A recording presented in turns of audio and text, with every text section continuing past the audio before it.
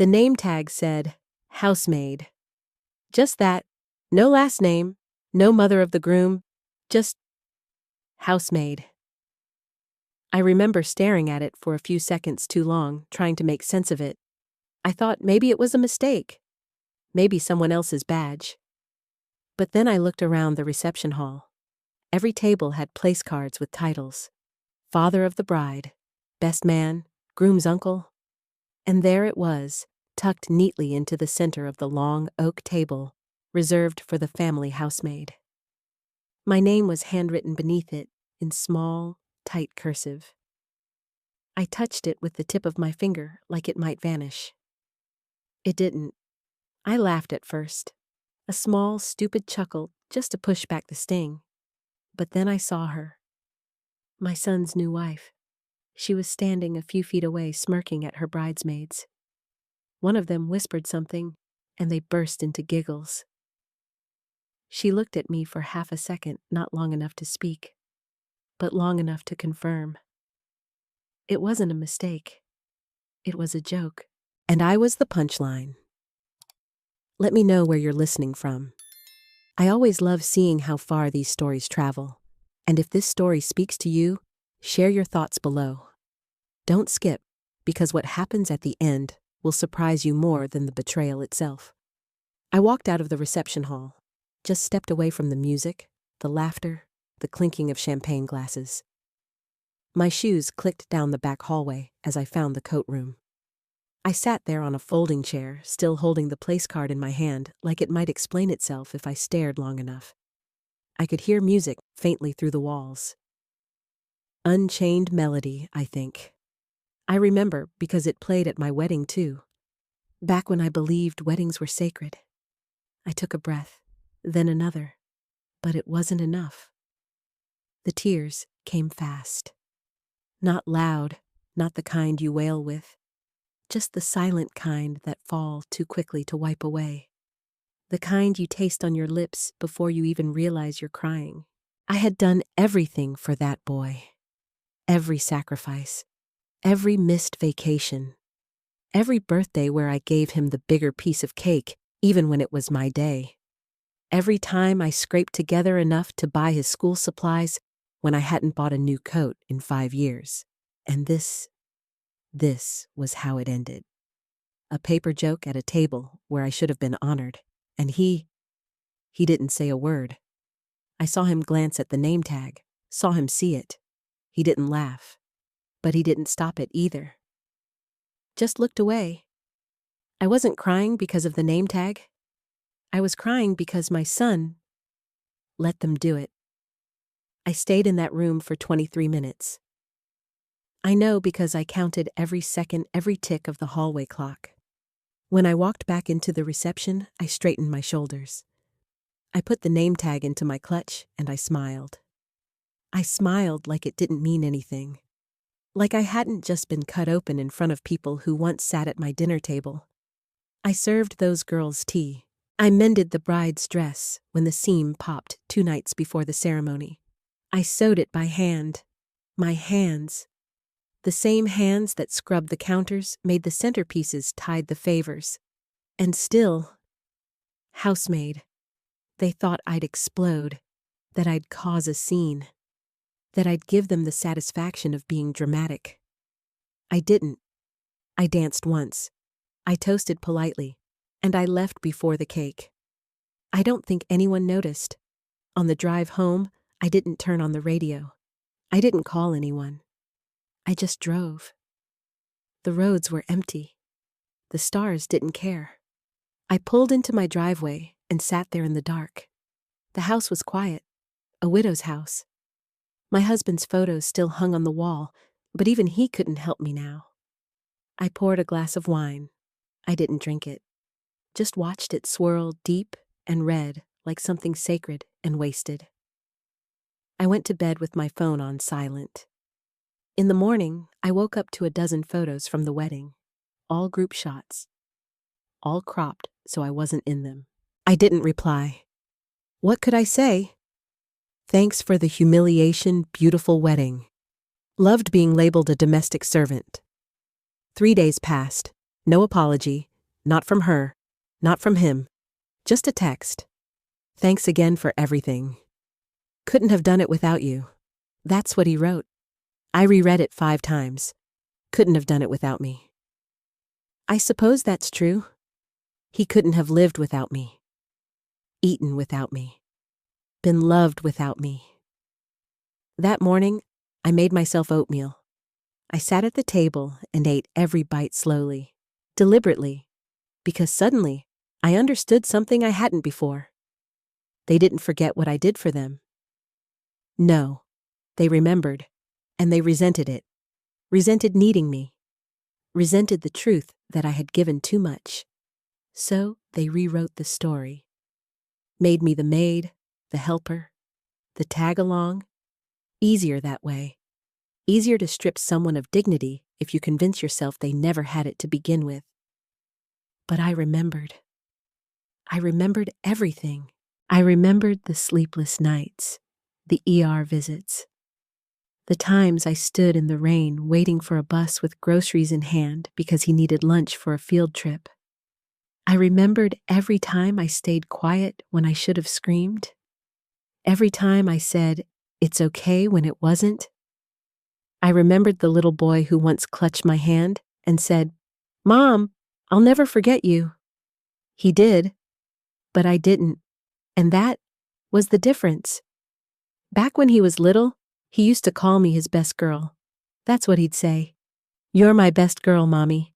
And I'd laugh, push his hair back, kiss his forehead, and tell him always, I meant it. And I think for a long time he did too. We were alone, him and me. His father had left before his 2nd birthday. Walked out with a duffel bag and a shrug. I didn't cry when he left. I didn't have time.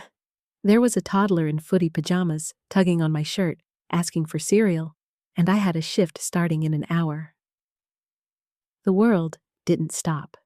So I didn't either. Those first few years, I lived on 4 hours of sleep cup noodles and instinct. I worked the front desk of a motel from 6 a.m. to 2 p.m., cleaned houses from 3 to 7, and worked the night shift at a small grocery store 3 nights a week. My mom helped when she could, but it was mostly me and my boy. I remember holding him in my lap on nights I couldn't afford the heating bill, wrapped in 2 blankets, whispering stories into his hair. I'd make up tales of kings and dragons, always with a brave little boy at the center. He'd smile, eyes fluttering, and whisper, "That's me, huh?" And I'd nod. "That's you, baby. Always you." We didn't have much, but he never went hungry, never went without a backpack, shoes that fit a clean bed. I pawned my wedding ring for his first bicycle. Worked an extra weekend shift to buy him a suit for his 5th grade graduation. It was too big in the shoulders, but he beamed like royalty. When he hugged me that day, he said, "I'll pay you back one day, Mama. I promise." I told him he didn't have to. That being his mother was the only reward I'd ever need. I meant it. God help me, I meant it. He was a good kid. Sweet. Kind. Protective. I remember when he was 12, some boys teased me outside the school gym.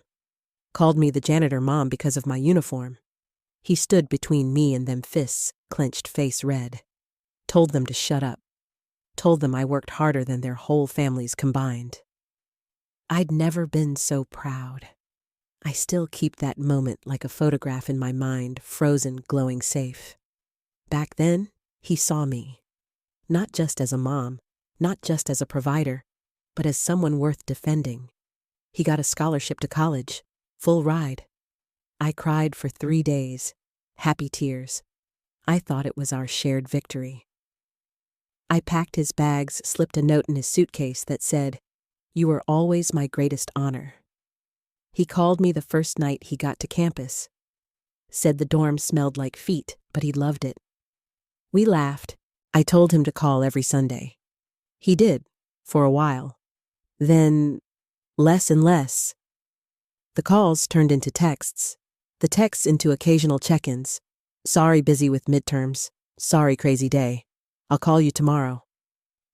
Tomorrow didn't come. I told myself it was normal. He was growing, learning to fly. But there was a pit in my stomach that never went away. I remember the first time he came home with her. He introduced her like she was gold, beaming, nervous, holding her hand too tightly. I greeted her warmly. Offered coffee? She declined. Looked around the house like it offended her. She sat at the kitchen table but didn't touch anything. When I offered a second mug, she said, "No thanks, I don't drink instant." I smiled, said nothing, but I noticed my son's face, a flicker of embarrassment. Then he looked away. After they left, I told myself not to judge. Young people are different. She's probably just shy. But something lingered, that disapproval, that air of being above it all. I didn't matter to her. I was background. And over time, I saw him start to mirror her. The next visit, she brought her own food, said she was off gluten, rolled her eyes when I offered homemade bread. He laughed with her. Not cruelly, but passively, like it was okay to mock what raised him. She didn't like my home, my stories, my way of being. She began correcting me gently in front of him, saying things like, "Oh, he actually doesn't eat that anymore," or, "You don't need to make a fuss, he's not 5.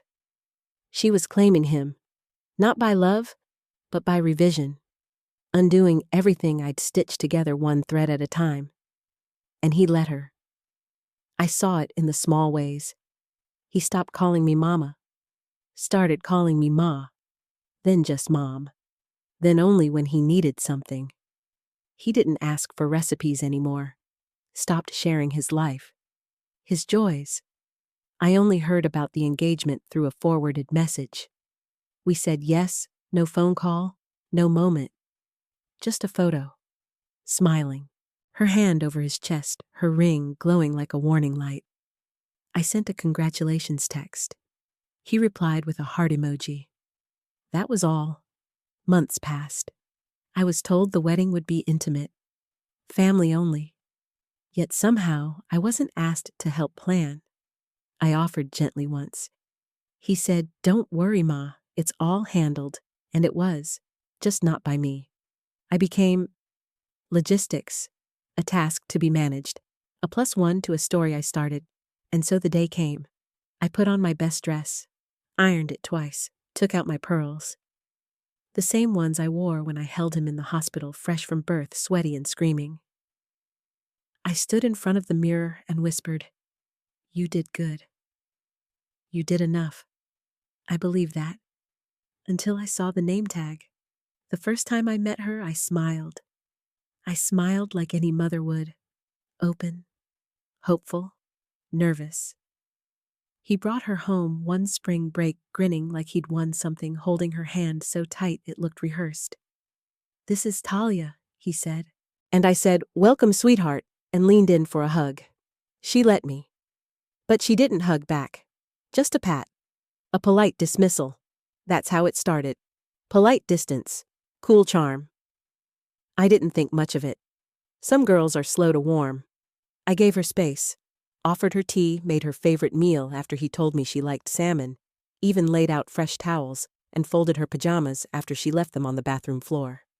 I treated her like family. And at first, she pretended I was. But it didn't last long. Little things began to change. He stopped talking when I entered a room. Her stories replaced his. She spoke for him like he wasn't there. Told me what he ate now, what he believed now, what he planned now. He would just sit beside her, nodding, not looking me in the eyes. The first time I really felt her reach between us was the Thanksgiving after their engagement. I was making dinner hours into peeling, chopping, roasting. I had asked for help setting the table, and she said, "That's okay. You're already in the rhythm. You're just better at this kind of thing." The way she said this kind of thing, like it wasn't work, like it wasn't love, like it was a category I belonged to and she didn't, I felt it deep in my chest. I caught my son's eye. He looked away. When we sat to eat, she led grace, without asking, without a glance. Just started. And when she thanked everyone who helped make this day special, she didn't look at me. Not once. After dinner, She disappeared into the guest room while I did the dishes. He came in towel in hand, barely drying a plate. I asked him quietly, "Is she always like this?" He smiled, shrugged. "She's just used to a different environment." And I said, "What does that mean?" He replied, "Just, she didn't grow up around all this." I didn't ask what this was. I didn't need to. He meant warmth, mess, effort, realness. Me. She didn't grow up around me. As months passed, I stopped being his mother and became Maureen. That's how she referred to me at her engagement dinner. Introduced me to her parents as Maureen. She helped raise him. Helped. Like I was a neighbor who pitched in, not the woman who held his fevered body through childhood nights. Her parents were polite, cold. Her mother smiled with closed lips and said, "It's lovely to meet you. Talia said you have a talent for domestic things." I almost choked on my wine. Domestic things. They treated me like a sweet little relic. Useful, but simple. I remember taking out the trash that night after the dinner. The cans were full. No one offered to help. As I was tying the bag, I heard her laugh behind me on the porch. "She's very hands-on, isn't she?" she said. Then a pause. Then more laughter. I turned around and she smiled, realizing I'd heard her. "Oh, I didn't mean that badly. We're just not used to moms like that, like what I wanted to scream. But I didn't. Because I loved him. Because I didn't want to put him in the middle. But that was the problem, wasn't it? I was already in the middle of being erased. When wedding planning began, I tried again. I asked if I could help with invitations. She smiled and said, "Oh, we've got a team." A team. I wasn't even considered. I offered to cook for the rehearsal dinner. "That's sweet, but no one does home cooked for that anymore," she said. "We're going trendy. You understand, right?" I nodded. Of course I understood. That was my role now. To nod. When I suggested using the family heirloom cake knife passed down from my mother's mother, she looked at it like it was infected. "It's a bit dated, but thank you." I went home that night and cried.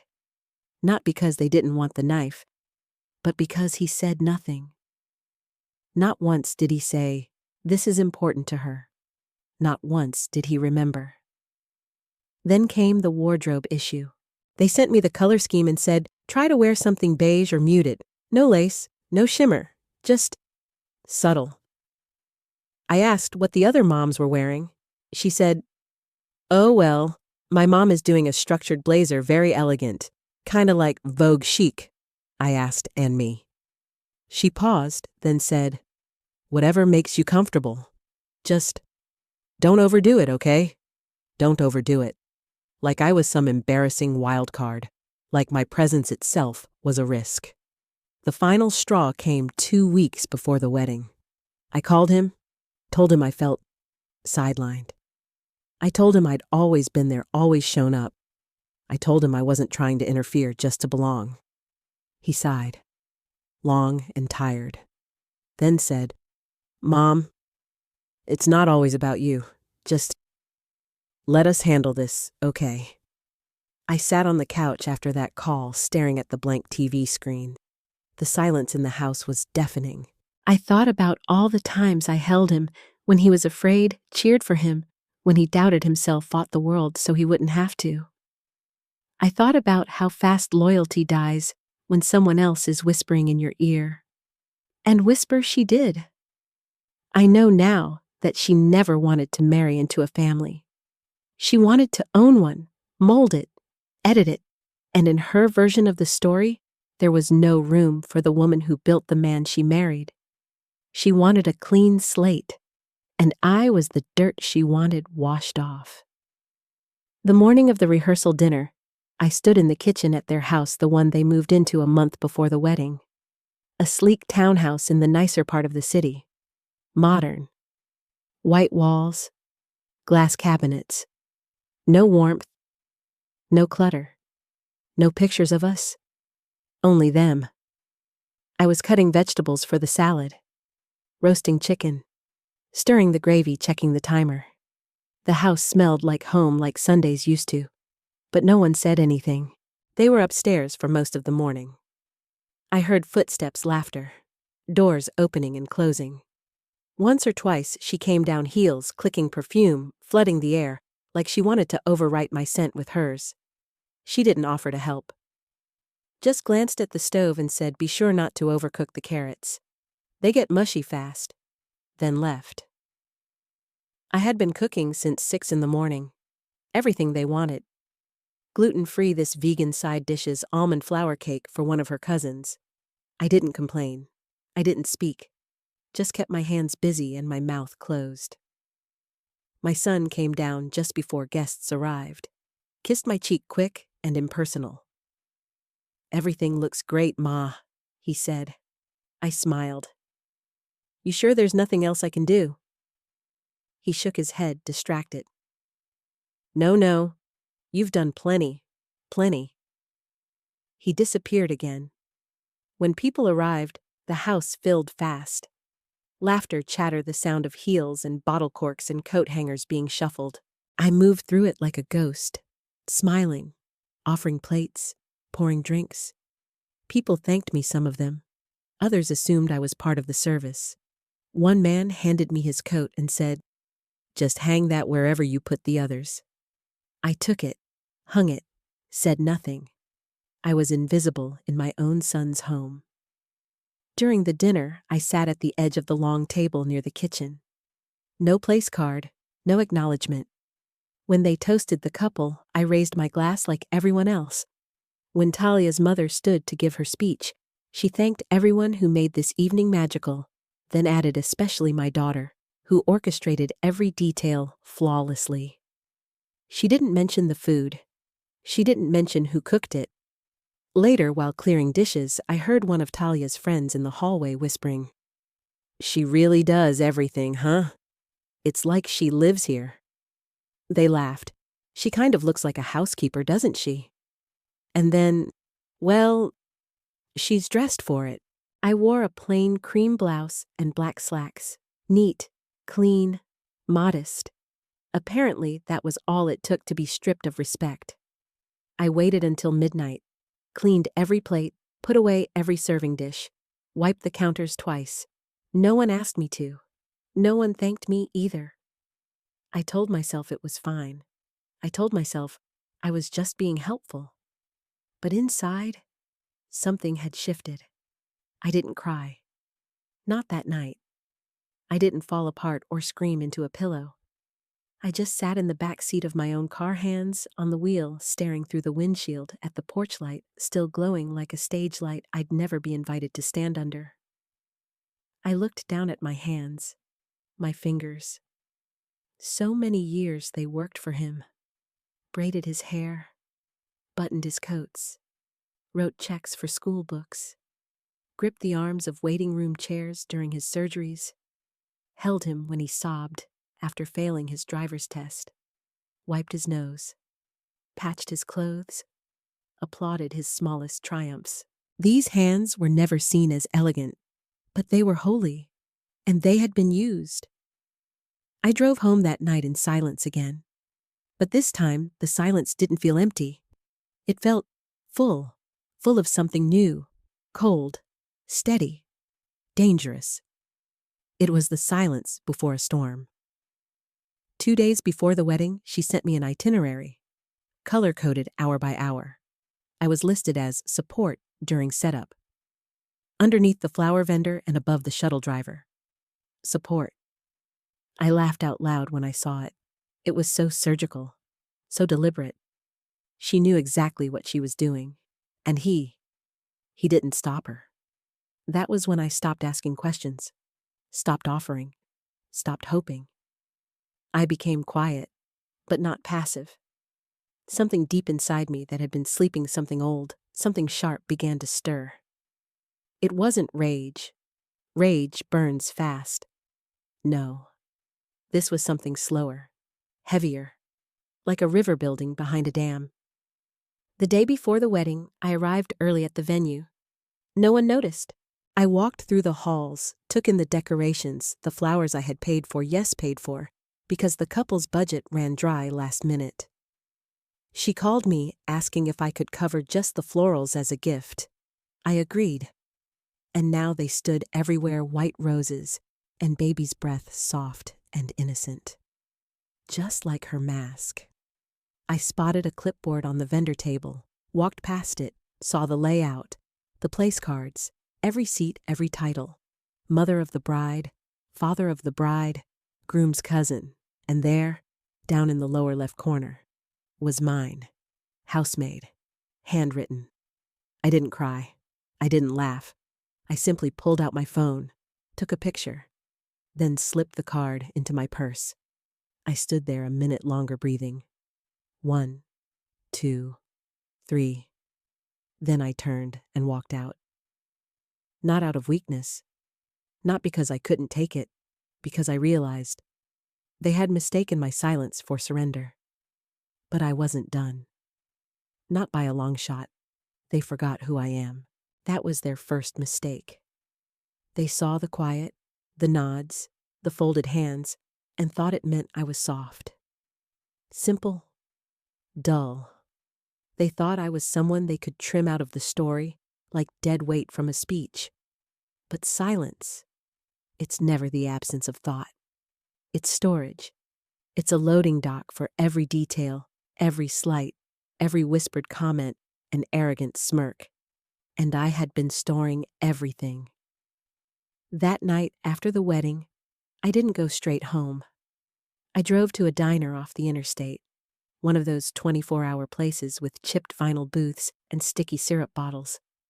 I ordered coffee I wouldn't drink. Just needed a place to sit and breathe. I took out my purse, laid the housemaid card on the table like evidence. Then slowly, I reached into the side pocket and pulled out a small black notebook. I had started writing things down a month earlier. Little things. Phone calls where they asked for a small loan until after the honeymoon. A printed copy of the florist invoice charged to my card even though I never authorized it.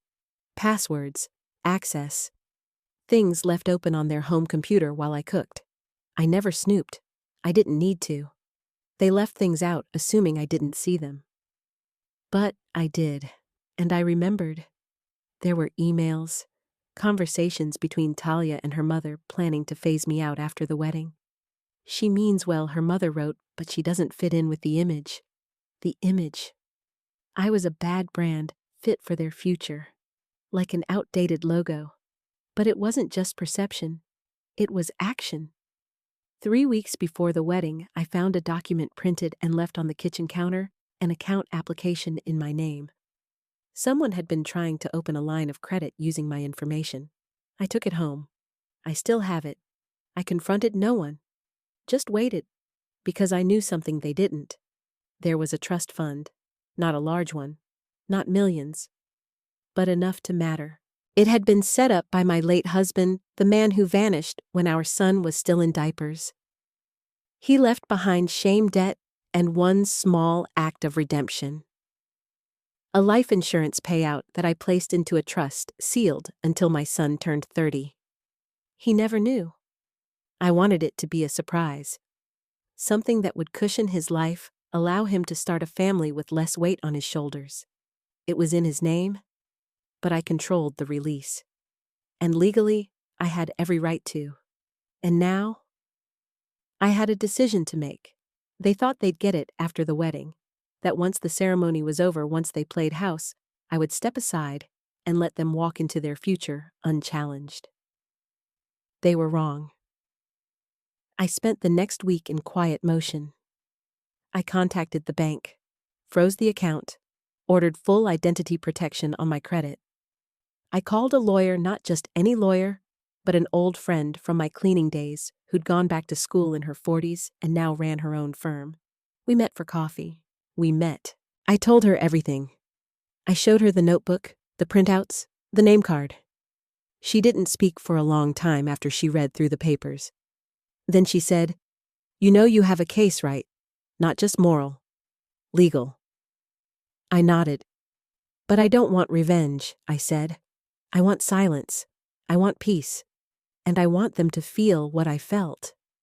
She smiled. Then we do it quietly. I moved the trust into a timed release format, 5 years staggered conditional on specific conduct. I set up an audit clause. Any tampering, manipulation, or financial misuse, and the money reverts to a separate charity in my name.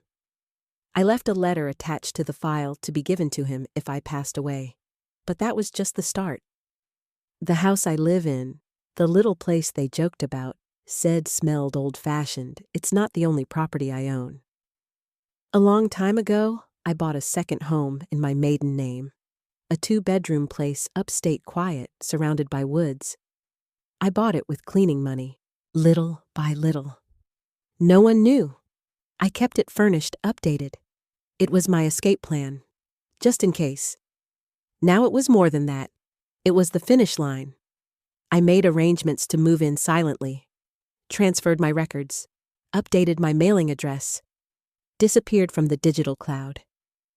Then I planned the drop. A week after the wedding, I mailed them each a separate package. To Talia, a copy of her emails. The unauthorized credit application. A note that simply said, "You're not as invisible as you think." To my son, a picture of us from his childhood tucked in with a short letter, "I loved you first. I taught you what love was before anyone else knew your name.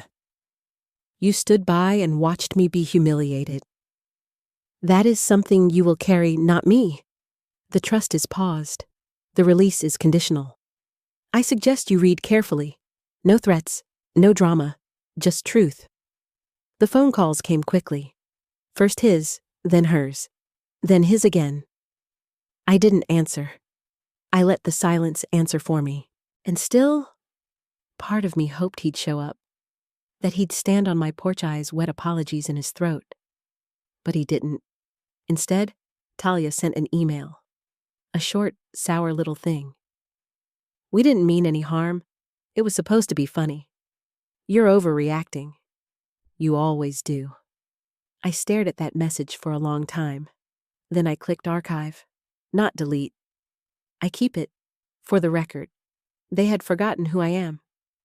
But I had just remembered, and I had only just begun. The thing about people like her is they only shine when no one's watching closely. Up close, the shimmer flakes. The seams show. And the lies, they start to collapse under their own weight. I didn't need to pull her apart. I just had to stop holding her up.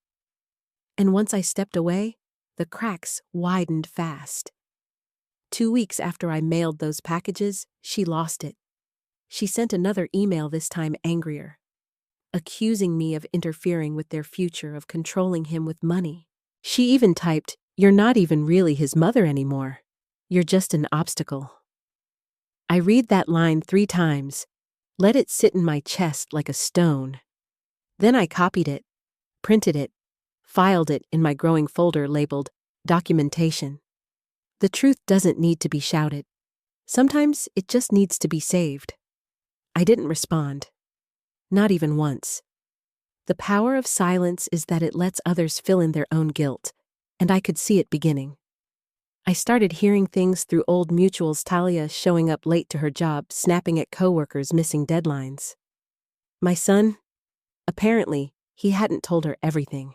He lied to her about the trust. Said it wasn't real. That I'd made it up to scare her off. I hadn't. Of course I hadn't. But lies like that fester. They rot everything around them. She began asking questions he couldn't answer.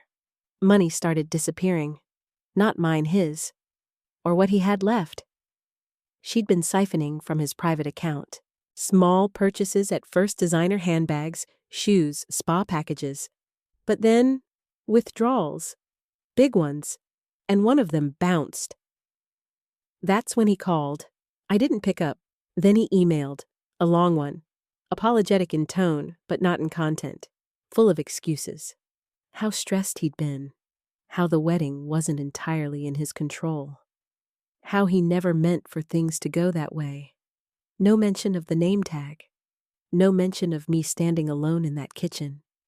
No mention of the silence he'd given me instead of dignity. He ended it with, "Please call me. We need to talk." I didn't. I needed something more than words. A month later, I got a call from my lawyer. She'd done exactly what we thought she might. Tried to access the trust. Not through him, through a third-party account. A forged email, doctored ID, and a financial advisor who caught it seconds before authorizing the transfer. It triggered the clause we added. The trust was now frozen indefinitely. Irrevocably. She hadn't just tampered, she'd committed a crime. And now my son had to face it. Not me. Her. I stayed quiet. Let them deal with the fallout. It came faster than I expected. I found out they were living separately by the end of the second month. She'd moved into a condo downtown, owned by her friend's father, conveniently vacated for renovation. He stayed in their townhouse. Alone. That expensive place suddenly felt very large and very quiet. I didn't smile. But I didn't feel sorry. That's what happens when people mistake love for leverage. When they think loyalty is inherited instead of earned. The next piece came like clockwork. A woman he worked with emailed me. We'd met once years ago when I brought him lunch during a late shift. She remembered my name. Said she hoped she wasn't overstepping. She told me he looked lost. That he hadn't been himself for weeks. That he left meetings without speaking. That sometimes he just sat staring at his phone like he was waiting for something that would never arrive. I thanked her. Didn't offer more. He was beginning to feel it. The silence. The weight of choices made under someone else's voice. And meanwhile, I was thriving. The upstate house was quiet, peaceful. I learned to cook just for myself again. Learned to sit on the porch with a cup of tea and let the wind move my thoughts without guiding them. I even planted a garden. Tomatoes, peppers, basil. They took root faster than I expected. One afternoon while watering the rosemary, I thought about that wedding. That moment. That card. And I whispered aloud, "Thank you." Because without it, I might still be down there. Still trying to prove I belonged in a place I built with my own hands. 3 months passed. Then one night, just after sunset, my doorbell rang. I didn't expect anyone. I rarely had visitors. But I opened the door, and there he was. My son, standing on my porch, older somehow. Eyes tired, shoulders low, holding nothing. Not even flowers. Just himself. We stared at each other for a moment. Then he said, "Hi, Ma. Not Mom. Not Maureen. Ma." My throat tightened. I said, "You found the place." He nodded. "Took some work." I stepped aside. He didn't enter. Not yet. Just looked around. At the trees, the swing, the chipped mailbox. "This is yours?" he asked. "Yes. It's beautiful." I didn't reply. He stood there like a boy again.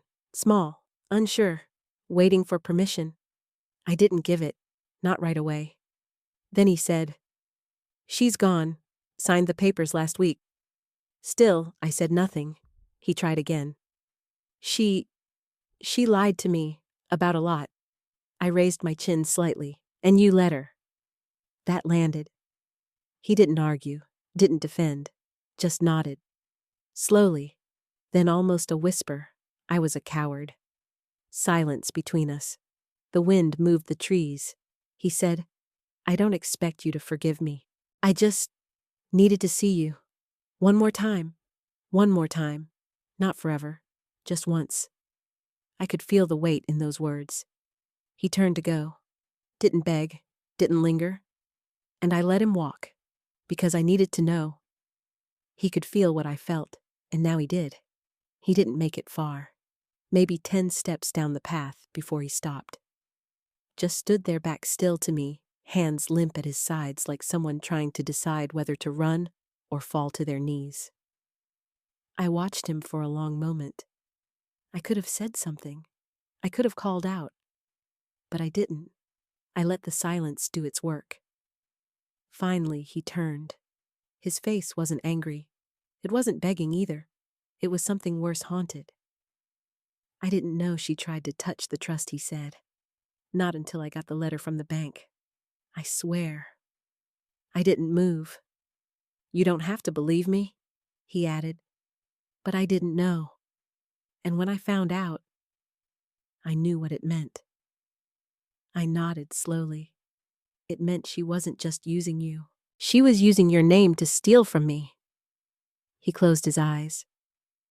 I know. He came back up the steps, carefully, like the wood might break beneath him. I should have stopped it all sooner. The jokes, the name tag, the way she treated you. I thought if I said anything, I'd lose her. I didn't flinch. And instead, you lost me. He looked down. I know. There was nothing left to add. No story that would make it better. No version where I would forget the way I stood in that kitchen, wrists aching from cooking all day, and heard my own name reduced to a title they made up to make themselves feel bigger. You should have said something, I whispered. One sentence, one look. You could have stopped it all. He swallowed hard. I was scared. She made everything sound like it was normal, like that's how weddings are, like I was overreacting if I felt weird about it. I laughed, short, cold. That's not fear, that's permission. He winced. You're right. He leaned against the porch post like it was the only thing holding him up. I think maybe I wanted to believe it, that she loved me enough that it didn't matter who she stepped on. I thought love meant protection, but she was protecting herself. And I let her use me to hurt you. I could see the regret now, not theatrical, not polished, but broken, raw. He had unraveled, and part of me, a part I thought had gone quiet forever, still hurt for him. You were my boy, I said, my baby, and you let them turn me into furniture. His eyes welled. I didn't know how to stop it. I raised my eyebrows, but you knew it was happening. A long pause. Then he nodded. Yes, that was enough. That was the first honest thing he'd said to me in years. We sat down finally side by side on the porch swing. No rocking, just sitting. I watched the breeze play with the leaves. He watched me. I didn't look back. Not yet. Why now, I asked. Why today? He hesitated. I had a dream, he said softly. You were standing in the corner of a white room, holding a tray, just standing there, while everyone else ate and laughed and danced. And I couldn't reach you, couldn't move, just watched. And I woke up with this pain in my chest I couldn't explain. I said nothing. Then I saw the photos again. From the wedding. And you weren't in any of them. Not one. She cut you out. Not digitally. Just erased you with the angles. Cropped you like you were never there. And I remembered the look on your face at the reception. That smile. Tight. Cold. I realized it wasn't politeness. It was grief. I finally turned my head, looked him in the eyes.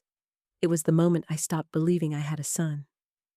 He exhaled like he'd been holding that breath since the day it happened. I'm sorry, he whispered. I know that's not enough. I know it doesn't fix it. But I'm saying it anyway. I'm sorry. He looked down at his hands. I signed things I didn't read. Trusted her without question. Ignored the things that didn't make sense. I chose comfort over truth. That's on me. All of it. I nodded. It is. We sat in silence again. Not as heavy this time. Still jagged. Still sharp. But it didn't cut the same way. After a while, he reached into his coat pocket. Pulled out an envelope. I wrote this before I came, just in case you didn't want to talk. I didn't know if I'd have the chance to say anything in person. I took it, didn't open it, just held it in my lap. The weight of his words heavier than the paper. "I'm not asking you to forgive me," he said, "and I'm not here to fix everything. I know I broke it, but if you'll let me, I'd like to just sit, for a while, not talk, not ask. Just be near you, if that's still allowed." My throat tightened. I thought about all the nights I rocked him to sleep, all the stories I whispered when he had fevers, the field trips, the nights I skipped dinner so he could have seconds. I thought about the name tag, the flowers, the silence. I thought about how betrayal doesn't always look like cruelty. Sometimes it looks like silence when you need someone to speak. Finally, I nodded. "You can sit." He didn't move closer, didn't assume, just stayed beside me, and we watched the sun fall beneath the trees. There was no apology big enough to rewrite what happened, but there was room now, not for forgiveness, not yet, but for reckoning, and maybe, eventually, repair. It's strange how the heart remembers what the mind tries to bury. After he left that night, I sat there long, after the dark settled in, holding his envelope like it might answer something. I didn't open it at first. I wasn't ready. The porch light buzzed above me, crickets humming in the distance, the wind brushing against the trees like it was trying to say, "It's over." But it wasn't. Not really. It wasn't over just because he said sorry. Closure isn't something someone gives you. It's something you make slowly from the debris. The next morning, I opened the envelope. His handwriting hadn't changed much. A little messier, a little rushed. But still his. The letter was short. Honest. Just 2 pages. He didn't beg. He didn't romanticize. He just said what needed saying. That he missed me. That he knew he had chosen pride over presence. That he couldn't undo what happened, but he wanted to try not to fix me, but to learn who I was now. Without her. Without the version of him I used to know. It was the first time in a long time I felt seen by him. But even that, it didn't erase the sting. He started coming around every 2 weeks. Nothing dramatic. Just a knock at the door, always polite, always brief. Sometimes I invited him in. Sometimes I didn't. There were days I'd watch him sit on the porch swing, not saying a word, just watching the garden like he was waiting for permission that never came. I could tell he didn't know how to act around me anymore. The roles had changed. I wasn't just mom. I wasn't just support. I had stepped out of the frame they tried to trap me in. And now he didn't know where to place me. That was good. Let him sit in that discomfort. Let him learn the weight of it. He told me about the divorce. Quietly. Said she'd moved back to California. That she left the townhouse, cleaned out half his savings, and didn't say goodbye. She'd even taken their dog. "I should have seen it coming," he said. But I thought I loved her. I thought she loved me. I didn't comfort him. Just listened. He needed to speak it. Not for sympathy, but for clarity. Sometimes we said nothing at all. Just drank tea and listened to the wind. And that silence, so different than the kind they gave me at the wedding, it felt honest. Heavy, yes, but honest.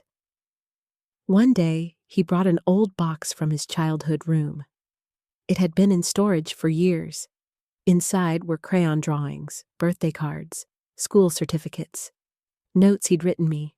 One said, "When I grow up, I want to buy you a big house and cook for you forever." He laughed, but it didn't sound joyful. I forgot I used to say that, he murmured. I hadn't. I remembered every word, but I didn't say that. Instead, I took the box and placed it on a shelf in my den. Not to revisit, just to remind myself that love once lived here. As the weeks passed, he started showing small changes. He'd ask questions instead of assuming. He'd offer to help in the garden, but wouldn't press when I said no. He gave me space. Finally, not as a punishment, but as a boundary, and he began to understand what it meant to have to earn your way back into someone's trust. That's what they never tell you about family. It's not unconditional. It should be earned. And once it's broken, it isn't a door you walk back through. It's a forest you have to get lost in before you find your way home. And he was still wandering, but I let him walk beside me now and then. There was still a coldness in me, not bitterness, just frost on the edges, a caution that wouldn't melt fast. But inside it, there was something else starting to grow. Not trust, not yet, but stillness. A kind of peace that came from knowing I didn't need to chase what I had already given. One afternoon, he asked if he could bring an old photo album next time. "Only if you're ready," he said. "If you'd rather not, I understand." That was new. The respect. The pause. I nodded. "You can bring it. Just don't expect me to smile at all the memories." He chuckled. Fair enough.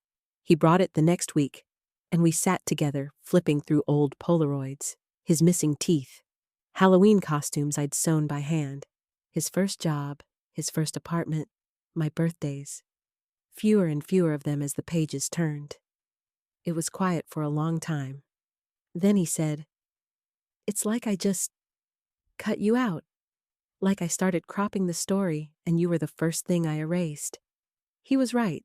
And it wasn't just the photos.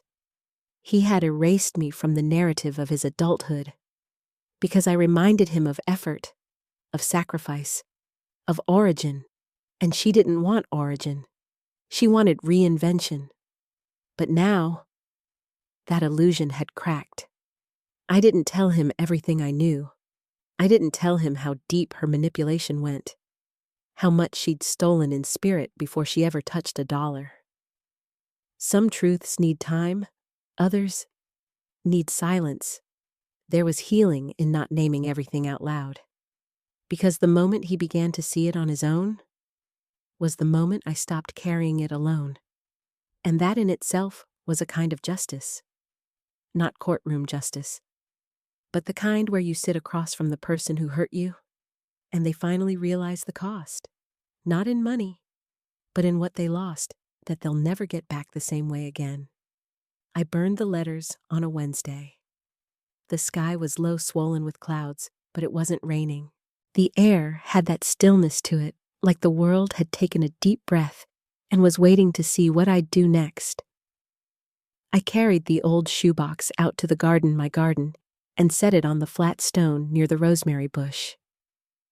I didn't hesitate. I opened the lid, pulled out the first one, a birthday card, crayon scribbles. To Mommy, my bestest chef and hero. Love, Noah. I ran my thumb over the ink. The paper was soft from age like cloth. I didn't cry, not yet, just lit the match. The flame caught quick. I held the corner of the card in it until the paper curled the crayon lines, blackening, disappearing. It dropped into the small metal dish I'd brought out. I watched the flames swallow it whole. Then I reached for the next one. There were over a dozen. Handmade cards, notes from school, drawings. One he made when he was 8, a picture of me in a cape labeled Supermom. It almost got me. Almost. But I knew what I was doing. I had to let it go. Not him, not our whole past. Just the version of it that was still trying to drag me back to grief. The one that whispered maybe, just maybe if I held on hard enough, I could rewind the years. But grief is a thief. It robs you twice, once when it happens, and again every time you replay it. I burned the whole box, letter by letter, memory by memory, until all that remained were ashes. I sat on the edge of the porch and watched the smoke rise, curl, and vanish into the thick gray sky. I whispered goodbye into the wind. Not to him, but to the girl I was when I wrote those letters back. The woman who once believed unconditional love meant endless sacrifice. She deserved peace now. She deserved rest. The next day, he showed up again. I hadn't expected him, but I didn't flinch when I saw his car pull in. I just stood in the doorway, arms crossed, waiting. He walked up, holding a box. Wooden. Plain. I found this, he said. It's yours. He handed it to me like it weighed more than it did. I opened it. My sewing kit. The old one. With my initials carved into the bottom from when I was 18. I'd lost it years ago. Or thought I had. You kept it? I asked. He nodded. It was in the back of my closet. I always meant to give it back. I ran my fingers across the carved letters. They looked so young, so permanent. I used this to stitch your first Halloween costume, I said. He smiled. The bumblebee one. I nodded. You hated the wings. He chuckled. Yeah, I remember. We stood there in that moment, nostalgia hanging between us like fog. And for the first time, it didn't hurt. It just was. Memory unarmed. He asked if he could stay for dinner. I thought about it, then nodded. Inside, I made soup. Simple. Carrots, celery, potatoes. Nothing fancy. He sat at the table like a guest, not a son. Polite, quiet, watching me move. At one point, he said, You always made soup when things were hard. I paused at the stove. Because it's patient, I replied. It waits. You don't have to fight it. He helped set the table. We ate slowly, talked about nothing important. Weather, work. The deer I'd seen in the yard the week before. No apologies. No dragging of old wounds. Just two people sharing air again. He didn't ask questions. Didn't push. He knew better now. After dinner, I handed him the dish towel. He dried the plates while I washed. Just like old times, but not really, because this time, it was earned. When he left, he didn't try to hug me. He just said, Thank you. I nodded. Drive safe. And that was it. No promises, no big declarations, just a quiet inch forward. Later that night, I walked into my bedroom, sat on the edge of the bed, and stared at the old photograph on the dresser. Me and him back when he was 6. Missing front teeth. Arms around my neck. I didn't pick it up. Just looked. I whispered, We're not going back there. But I'm not throwing you away. That's what people don't understand about closure. It's not a locked door. It's an open one. You choose not to walk through anymore. You don't erase the pain. You absorb it. You carry it long enough to understand its shape. And then slowly, without even noticing, you set it down. And it stays. Behind you. Right where it belongs. The house I never showed them was never a secret. Just private. There's a difference. I bought it 14 years ago quietly under my maiden name after an especially hard winter. Back when I was still cleaning houses 5 days a week and doing laundry for a wealthy family on Saturdays. I remember the moment I saw it tucked behind a line of trees, faded green siding shutters crooked like a tired wink. But it had a porch and a view of the hills, and it smelled like pine needles and wood smoke and old dreams that hadn't given up yet. I scraped together a down payment, didn't tell anyone, not even Noah. I called it my someday place. After the wedding, it became my now. The first time I slept there again, it was like the walls exhaled with me. The silence wasn't empty, it was safe. No footsteps overhead. No laughter that didn't belong to me. Just wind, birds, the rustle of the trees. The front room had yellow curtains I hung a decade ago and never replaced. The kitchen was small but sunlit, and in the back, A reading nook I built by hand, with shelves full of paperbacks I'd collected over the years. Stories about women who started over stories where no one clapped for the mother, but she survived anyway. I kept no photos of the wedding. None of the family. Just me. A few snapshots from childhood. My graduation. My first car. My mother in her garden hands in the dirt. I left space on the shelves for new pictures, but I didn't rush to fill them. I lived simply. Tea in the mornings. A walk through the woods each afternoon. I started painting again. Badly. But it made me feel like someone who still had something inside her besides memories. One day, I opened the closet and pulled out the box labeled legal. I reviewed my will, my assets, everything I had worked for. The trust remained untouched, still frozen, still sealed behind clauses and conditions I no longer needed to enforce. Not out of mercy, but because I no longer needed that money to prove anything. It was just money, not penance, not redemption. But I did write something new, a fresh will, typed neatly, signed, notarized by a woman named Carol, who lived down the hill and made her own wine. I liked Carol. She didn't ask questions, just nodded and said, "Sometimes it's good to clean the slate, get the dust off." In the new will, I gave Noah exactly one thing: the house. Not the trust, not the investments, just this place. The quiet one. The one that saved me. And even that I made conditional. He could only have it if he came back here alone and spent 30 consecutive days under this roof. No guests, no distractions, just the trees, the silence, the work of knowing who he was again. I didn't do it to punish him. I did it because I knew he'd never find peace in the world he'd built with her.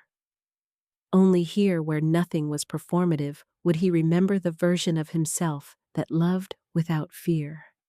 And if he couldn't, then the house would pass to a foundation that built transitional homes for single mothers. That I knew would have made my younger self proud. I wrote a letter to go with the will. Short. Just 3 lines.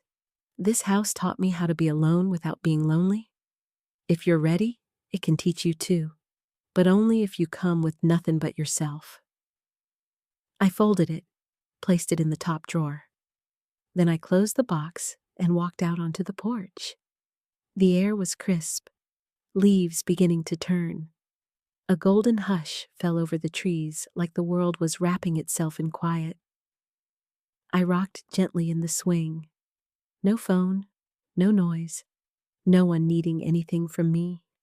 I think that's what I'd been craving for decades.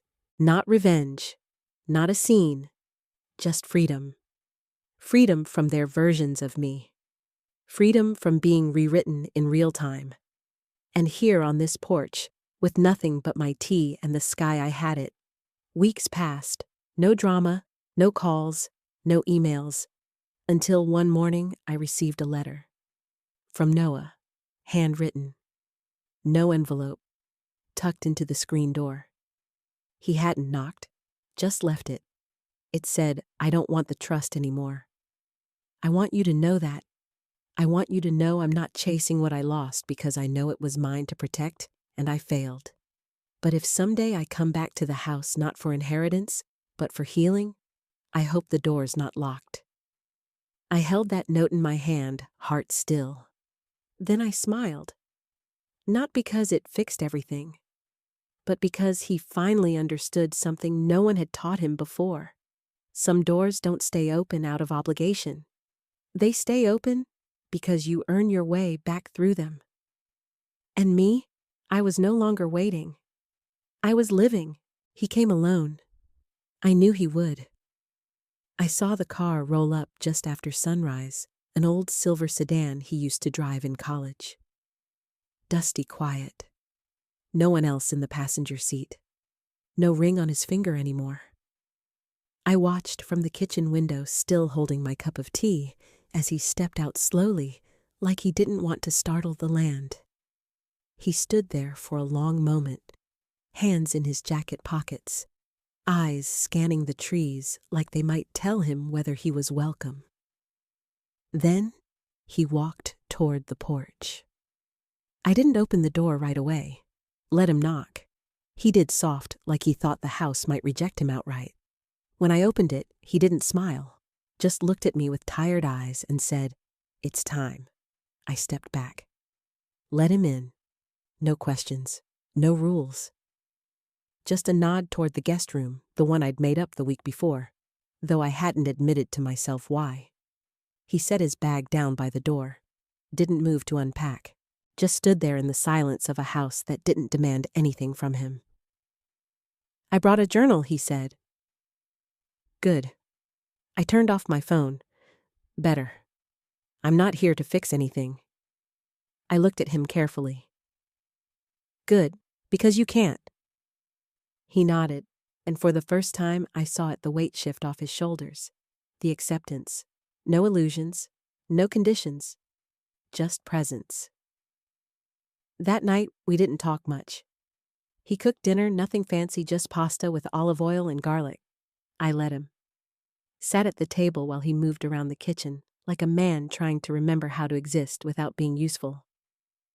He overcooked the noodles, burned the bread. I ate every bite.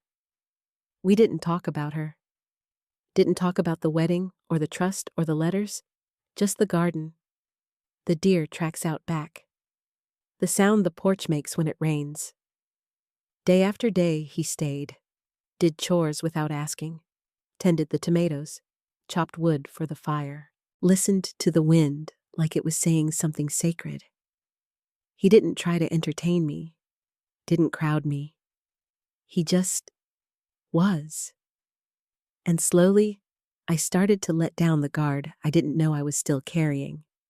It came in moments, small ones, like handing him the good blanket when the nights got cold, or letting him read aloud from the old paperback I kept on the coffee table. Or the morning he made me coffee the way I like it, 2 sugars, no milk, and didn't ask how I took it. He remembered. Not everything, but enough. On day 17, I found a note taped to the fridge. It read, "I still hear your voice in my head when I'm afraid. I know I buried that voice for too long. I want to hear it again. If you ever want to talk, I'm ready to listen." I left no reply. But that night, I handed him a photo from the old album. The one where he's 3 years old, standing on a chair in the kitchen covered in flour. He smiled. Didn't say anything. Didn't have to. We were building something new now. Not a replica of the past. Not a bridge to the way things used to be. Just a path forward. Brick by brick. Silence by silence. One morning, he came to the porch with his journal in hand. "I want to write about you," he said.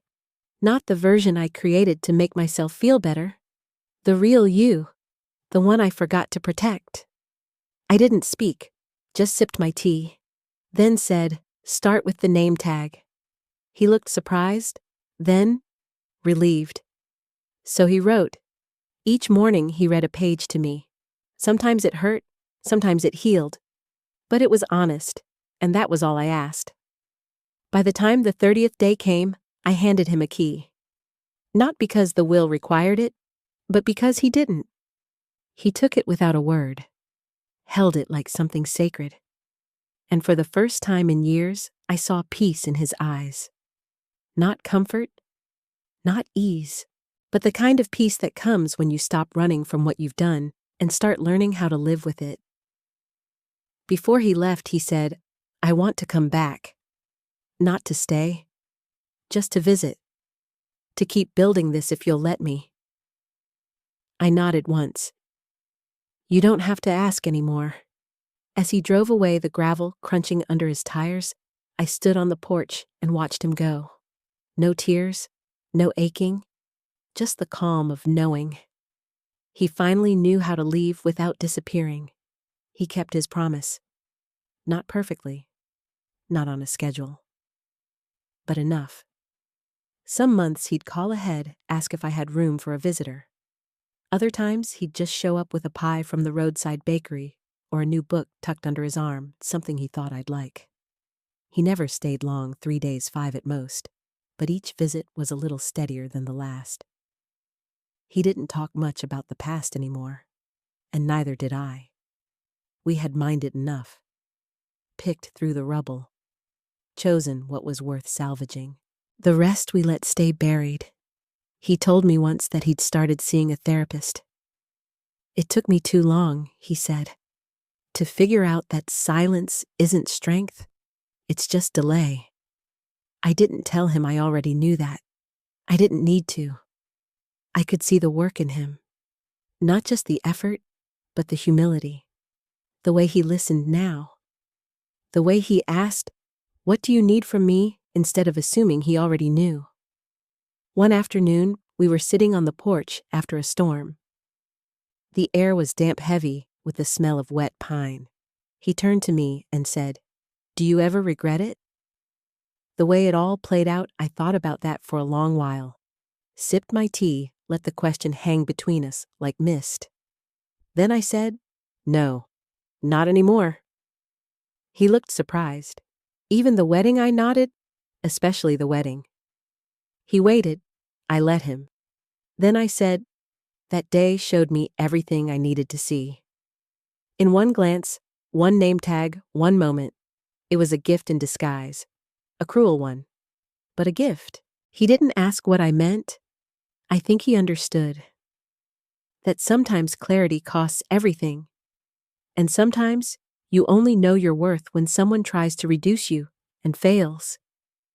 He visited again in early spring, brought seedlings, said he wanted to help me replant the garden, not to replace anything he added, just to add something new. I let him. We dug together in silence, hands dirty, knees in the earth. When I looked at him, I didn't see the boy I raised or the man who failed me. I just saw a person trying to grow in real time. A few days later, I received a letter from the attorney handling the trust. The account remained untouched.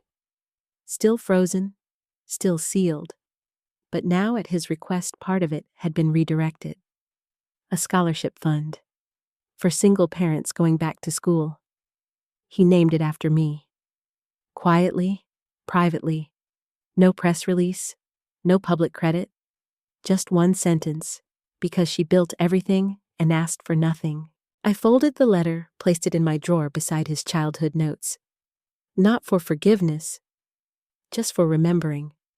I asked him once what happened to her. Talia. He didn't dodge the question. She tried to reinvent herself, he said. New city, new people, another engagement, but it didn't last. He paused.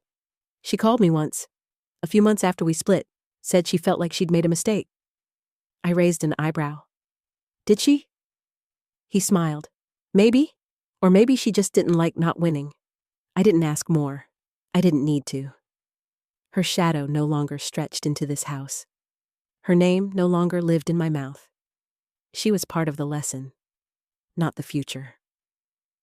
The following year, on my birthday, he brought me a small wrapped box. Inside was a new name tag. Wooden, hand-carved. Mother, it read. Just that. No frills, no jokes, just truth. I didn't cry. I placed it on the mantel. Let it sit where things of value belong. We spent the evening making soup just like the old days.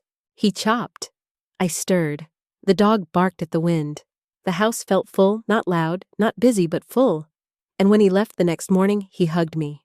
Not rushed, not mechanical, just real, solid. Love you, Ma, he said. Love you too, I answered. Then he drove off down the dirt road, headlights bouncing between the trees. I stood on the porch and watched until the car disappeared around the bend. Then I turned back inside. The house was quiet again. But it didn't feel empty. Not anymore, because not everything has to be repaired. Some things just need to be honored for what they taught you. And then you keep going, lighter, wiser, free.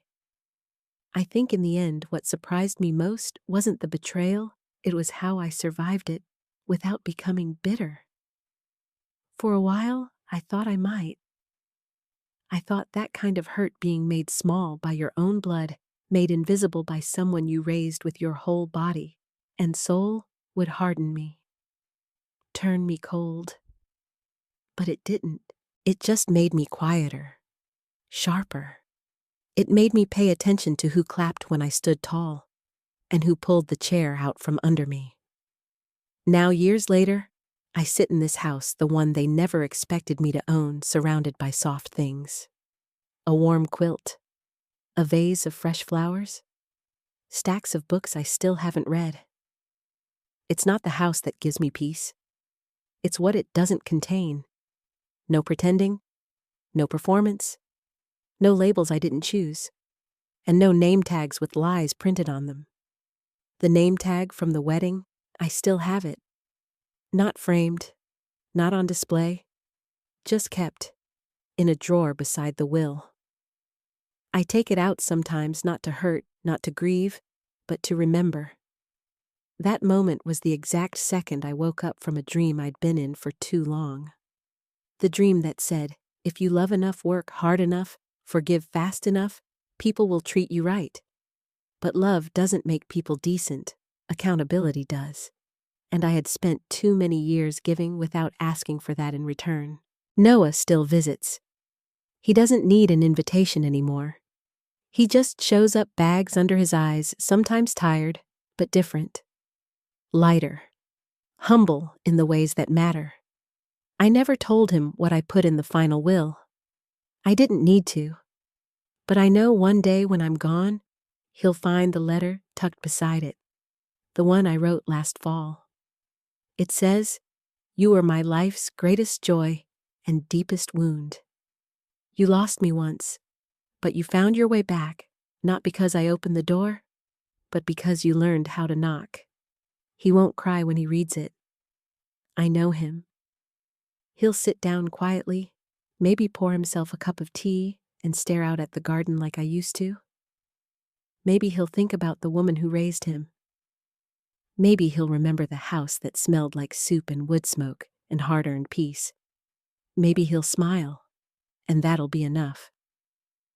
I don't need a parade. I don't need revenge. Because the most powerful thing I ever did was choose silence when they expected fury, and build something unshakable where they thought I'd crumble. I've learned that closure doesn't wear a crown. It wears a cardigan. Sips tea slowly, smiles at the sunrise. It doesn't announce itself. It just arrives one day and never leaves. This morning, I went down to the beach not far from the house, just before dawn. The sky was pink and gold water like glass. I took off my shoes and walked the shoreline toes, cold salt air thick in my lungs. There was no music, no clapping, no voices calling my name. Just me. And for the first time in a very long time. That was enough.